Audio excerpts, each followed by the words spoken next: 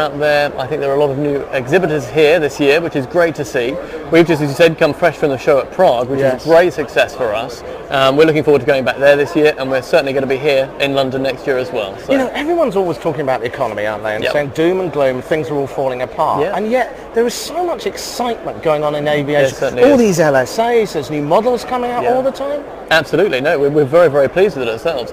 We've noticed over the course of this year, everyone's been saying, oh, it's a recession, it's going to be a terrible year. We've had none of that in aviation. I suppose if there was one downside, it might be the commercial side, but actually they're all coming out of that as well now. So the guys that are going into these commercial schools that want to be ATPL, flying for British Airways, flying for Ryanair, they're all coming into the system now. They're all going to be fine because they're all going to have jobs at the end. So it really is a good time for aviation at the moment. It's actually almost a pause to take a breather and then just get yourself trained up and get ready. It's those people that don't train now that I wonder about, because they're going to be missing the opportunity when their airlines are crying out for new jobs. Absolutely, they really are. Talking about the aircraft out there, I mean, you've obviously had a little look at some of those things out there. I mean, anything really catch your eye out of the new ones? Well, you know, we've talked about the old ones before, but the new stuff. Certainly. I mean, you know, you've got to go and have a look at the Czech sport aircraft out there. You know, the sports cruisers, they are absolutely stunning aircraft. And this is really the way that aviation, as I see it, is going these days. You know, it's the lighter aircraft.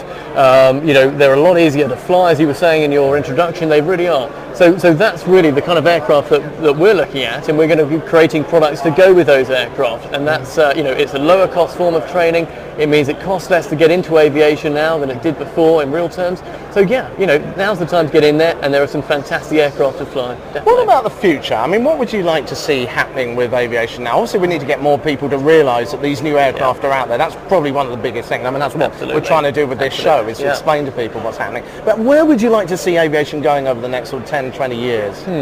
I think certainly from a manufacturer's point of view, you know, there's a lot of new aircraft coming in, but it's always a challenge to get these young guys into aviation and enthusiastic. And also, and you mentioned again in your introduction about women, you know, only 8% of women are pilots, and that's a terrible figure, you know. So we really want to encourage that. There are a lot of new organisations that are springing up here, there and everywhere that are encouraging people to come into aviation, and that's really great to see.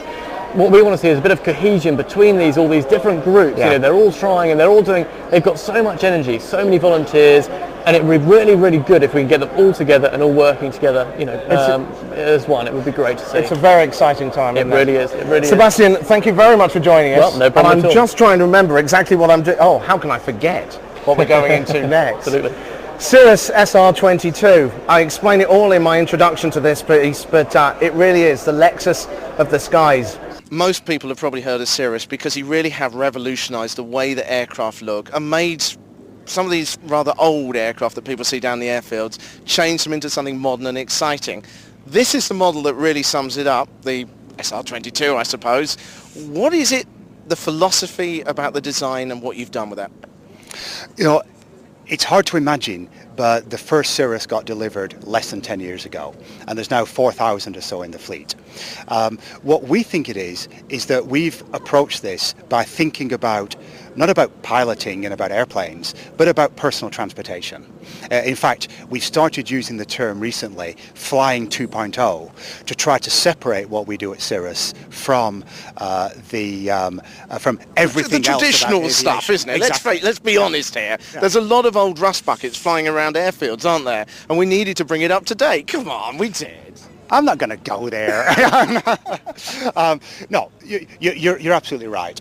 The 10 years ago, that was the beginning.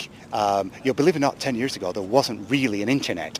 That was the beginning of the era where electronics could start to do things for you, where we could think in practical terms about reducing pilot workload, of decreasing the stress level, so that you can actually fly a Cirrus for 800 nautical miles through a couple of weather systems, unassuming